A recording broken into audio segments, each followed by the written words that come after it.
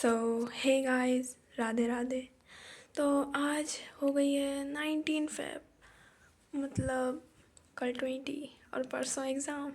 ओ भाई सिर्फ एक दिन, मतलब आज का दिन मिलाकर तो 2 दिन है, ठीक है।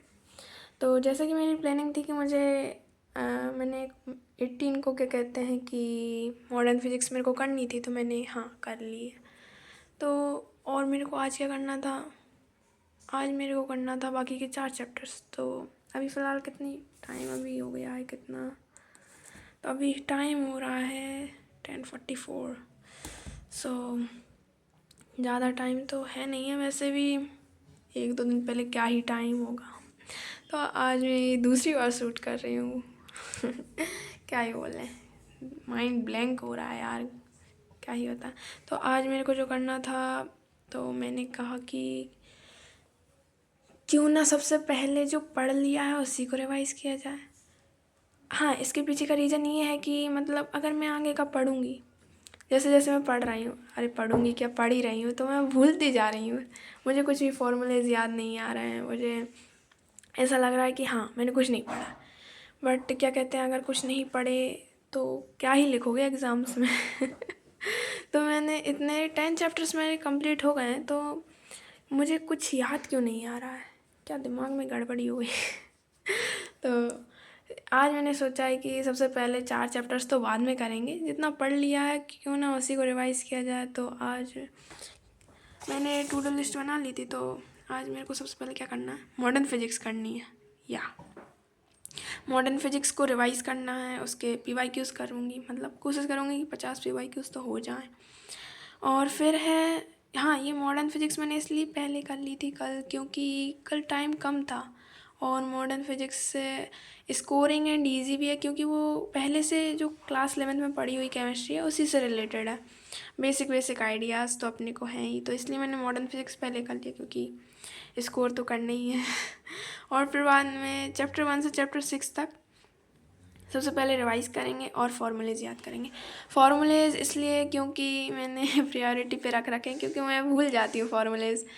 क्वेश्चन आ गया, जैसे क्वेश्चन पेपर में क्वेश्चन आ गया है और क्या कहते हैं क्वेश्चन में समझ भी आ गया क्या करना है और किस टॉपिक का है वो भी याद आ जाएगा, बट कौन सा फार्मूला लगेगा ये मेरे दिमाग में नहीं रहता है। तो सबसे पहले मैं फार्मूलेज याद करूँगी, और इतने फार्मूलेज हो गए ना, 10 चैप्टर पढ़ चुकी हूँ, 10 चैप्टर में कितने फार्मूलेज ही होंगे।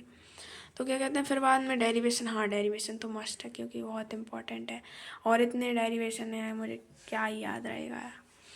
और फिर बाद में क्वेश्चन, हाँ PYQs तो है ही, ज़रूरी है वो। तो कोशिश करूँगी हर चैप्टर के 15 से 20 PYQs लगाऊँ, और अगर टाइम बचा, मैं कोशिश करूँगी कि टाइम बच जाए, शाम तक हो जाए ये ऊपर के 2 मॉडर्न फिज़िक्स और चैप्टर 1 से चैप्टर 6। फिर मेरे को ये करने पड़ेंगे 4 चैप्टर्स का एटलीस्ट बेसिक आइडिया तो लग जाए कि मतलब क्वेश्चन में करना क्या है, थोड़ा बहुत स्टेप्स तो हो ही जाए, क्योंकि स्टेप मार्किंग होती है, अपन को स्टेप मार्किंग के लिए थोड़ा बेसिक आइडिया तो होना ही चाहिए। इसलिए कोशिश करूँगी ये शाम तक कंप्लीट हो जाए, फिर ये 4 चैप्टर्स कंप्लीट करने की कोशिश करूँगी। तो अभी के लिए तो इतना ही। तो अभी शुरू करते हैं अपन क्या कहते हैं मॉडर्न फिज़िक्स का रिवीजन।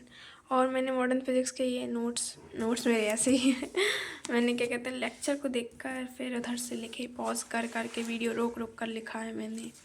तो इनको मेरे को रिवाइज़ करना है, तो लेट गेट स्टार्ट भाई बहुत नर्वसनेस हो रहा है यार, और पता नहीं डर लग रहा है मेरे को इतना कि यार 10 चैप्टर पढ़ लिए, कुछ याद नहीं आ रहा है, परसों एग्ज़ाम है, क्या ही होगा। इसलिए पहले 10 चैप्टर को रिवाइज़ करने पे ज़्यादा फोकस करेंगे अपन लोग। और क्या कहते हैं कि आप लोगों का भी तो ऐसा हाल तो नहीं हो सकता है, क्योंकि इतना लापरवाह कौन होगा यार मेरे जैसा एग्ज़ाम के 1-2 दिन पहले चैप्टर्स पढ़ रहे हैं। पहले बोलते थे कि हाँ एग्ज़ाम से 1-2 दिन पहले कुछ नया नहीं पढ़ना है, बट अब तो पढ़ना ही पड़ेगा क्योंकि पढ़ा ही नहीं है पूरे साल।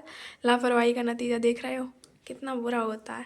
तो आज के लिए बस इतना ही, मैं शाम तक क्या कहते हैं अपडेट कर दूँगी मेरा कितना हुआ है कितना नहीं हुआ है। सो अभी के लिए इतना ही।